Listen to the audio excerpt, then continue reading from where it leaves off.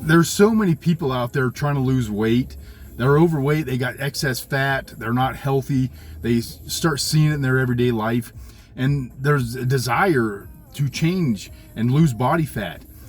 And everybody's looking for the new diet, because everybody's comes out with a new diet, and there's keto and paleo, but you look back in time, and I've looked at this, and 100 years ago, people were trying to lose weight and they had diets, and you can look at, the cabbage soup diet.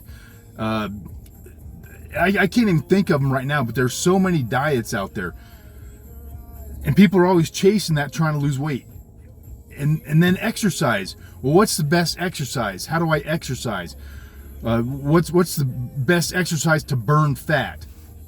And don't mind the dog back there. He's just enjoying life. I don't think he's going to say anything, but if he's got anything to throw in here, he's more than welcome if he's got something relevant, to this subject. Or maybe he wants to talk about something different. But weight loss, fat loss in general. The weight loss is thrown around, but it's really about fat loss. That's what people want. But there's so many diets over time that people have been chasing, trying to lose weight. And exercise. What's the best exercise to burn body fat? And I'm going to tell you right now, there is no perfect diet, and there is no exercise that burns body fat. Exercise burns calories, but there's other factors into that, and it doesn't add to the calories you burn every day. It changes where you spend those calories, and that's a whole nother subject in itself. But there is no exercises that burn body fat.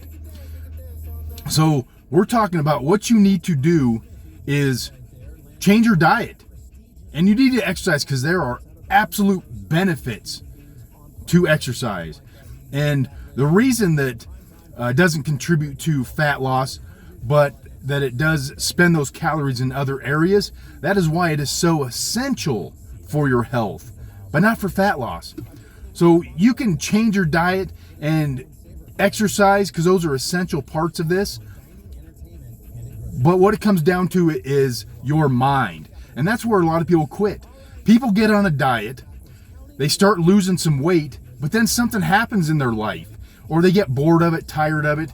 Maybe they think I'm looking better now, but they still have 20, 30, 40 pounds to lose, and they still want to lose that weight, but it gets difficult. And it's about how you approach it with your mindset, a framework of your mind, of not relying on willpower and motivation. That's where a lot of people fail. They rely on that and just say, I don't have the willpower to do this. But it's not about that. It's about discipline. It's about being relentless towards what you want to achieve. It's about not procrastinating the things that you need to do, to be obsessed with it until you get down to where you want to be. And then you can go into a maintenance phase. But that's the core of fat loss, because it's $1 billion industry in this country, and it's pocket change results. There are a lot of people losing body fat, but you look at over time and they gain that back because they've changed their diet, and they've started working out, and they lose some body fat, but then they go back to their old habits.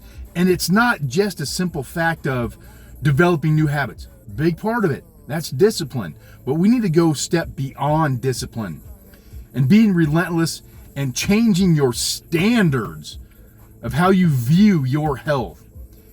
It's a mental game. People lose body fat all the time. Albert Einstein once said, losing fat is easy. I've done it thousands of times. And that's true. A lot of people have.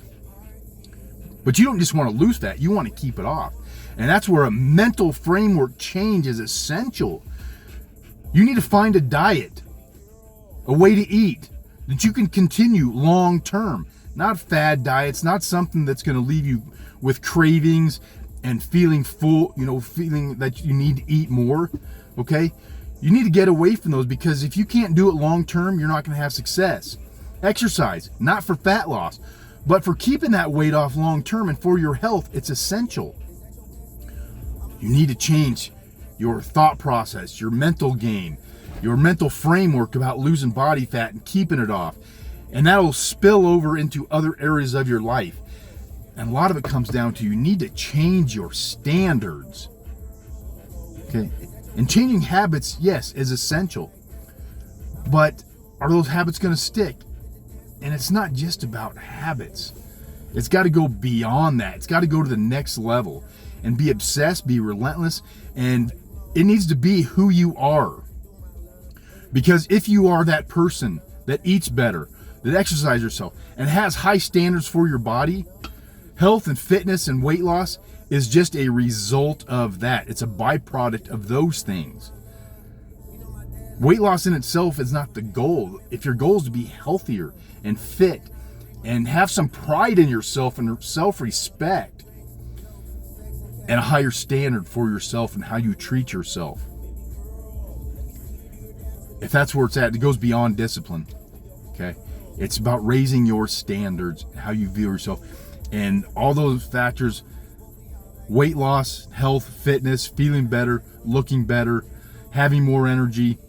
Those are just a byproduct, and those will come if you change your mindset and you have some respect for yourself, raise your standards. Discipline is the highest form of self-respect, and that's important because you need to develop new habits. You need to be uncomfortable sometimes. We live in such a comfortable world that we're chasing comfort, and that's constantly what we do. From the time we wake up till the time we go to bed, we're chasing some kind of comfort, and we need to get past that. The world's not made to be comfortable. I know that's what the brain wants. The brain loves to be comfortable. That's what the brain pushes you to do. But you have to get over that sometimes. And it doesn't mean you can't be comfortable, but you need to take some time every day and be uncomfortable. Seek out some discomfort in your life and get used to it. We are so used to comfort. There's a term called comfort creep, that you start adding a little bit of comfort to your life, and it's the compound effect. And that stuff just starts compounding, where you seek more and more and more comfort, and you're adding comfort on top of the comfort, on top of comfort, on top of comfort. And then to go back, it's a huge jump to go back, and your brain does not like that. We need to get over comfort creep. Quit chasing comfort in every aspect of our life.